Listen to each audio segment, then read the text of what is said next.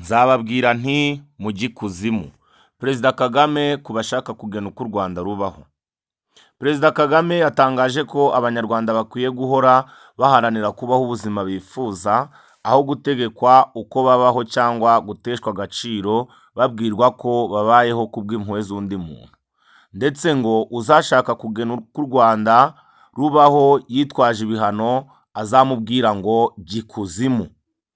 Yabitangarije mu bikorwa byo kwibuka ku nshuro ya 31 Jenoside yakorewe Abatutsi mu 1994 byatangiriye ku rwibutso rwa Jenoside rwa Kigali ruri ku Gisozi. Perezida Kagame yavuze ko Abanyarwanda n'Abanyafurika bakwiye kugira imyumvire yo guhora baharanira uburenganzira bwo kubaho neza. Ati, ubutumwa bwanjye bugenewe n'abandi Banyafurika babaho gutya umunsi ku wundi bateshwa agaciro, bakabyemera bagasabiriza. Nta muntu n'umwe nasaba kubaho. Tuzarwana n'intsindwa ntsindwe, ariko hari amahirwe menshi y'uko iyo uhagurutse ukarwana ubaho kandi ukabaho ubuzima bwiza bufite agaciro ukwiye. Yavuze ko hari abarwanya u Rwanda bazenguruka amahanga bakwirakwiza imvugo z'urwango, bakaruteraniraho barushinja ibinyoma, nyamara hari ibimenyetso bifatika bibavuguruza, ariko kubera inyungu z'ibihugu bikomeye ntibihabwe agaciro. Ati, hirya y'ibyo tugomba kubaho ubuzima bwacu, tugomba guharanira kubaho, tugomba kubaho uko dushaka, kandi nzabwira uwo ari we wese imbonankubone ngo ajye ikuzimu, go to hell. Nihagira uzayivugisha ngo tugiye gufatira ibihano iki, jya ikuzimu, jya ikuzimu. Ufite ibibazo byawe, genda uhangane nabyo, undekere ibyanjye.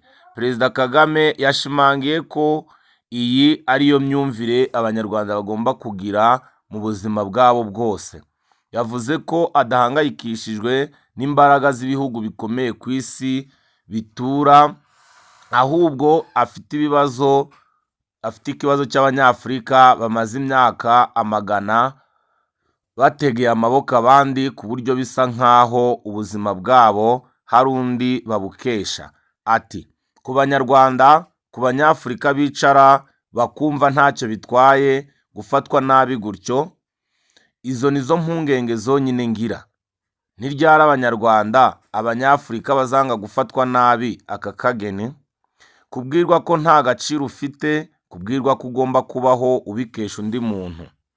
Biteye isoni kubona abantu babyemera niyo byaba igihe gito. Ntimugomba kubyemera, mugomba guhaguruka mukirwanirira.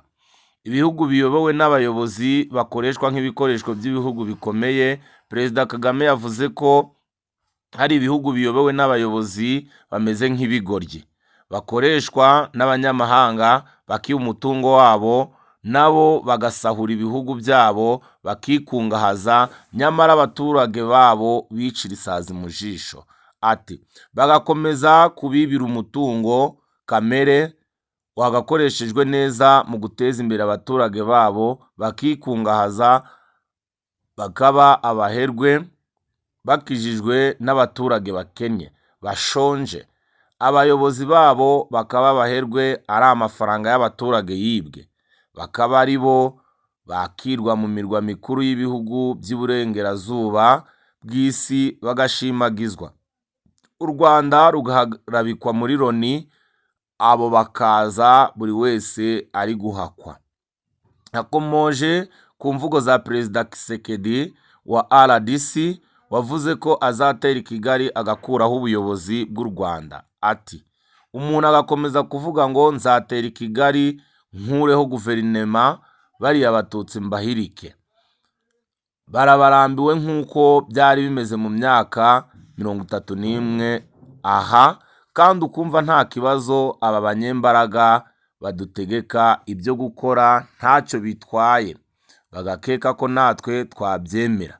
Ku mugaragaro imvugo z'urwango, ukica abantu ubaziza icyo bari cyo, ukabirukana iwabo bakaba impunzi.